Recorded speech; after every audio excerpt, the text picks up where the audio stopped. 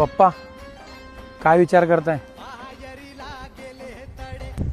मीनलला जाऊन 5-6 वर्ष झालीत, अजूनही अंगावरचा डाग कमी झालेला नाही. आजही मी ज्या वेळेला गावात निघतो ना, तर खालची मान वरती करायला मला लाज वाटे रे. पप्पा असं काय करू की तुमची इज्जत परत येईल?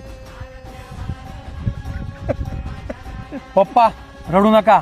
मी अक्षय आज शपथ घेतो, तिला शोधल्याशिवाय मी परत येणार नाही.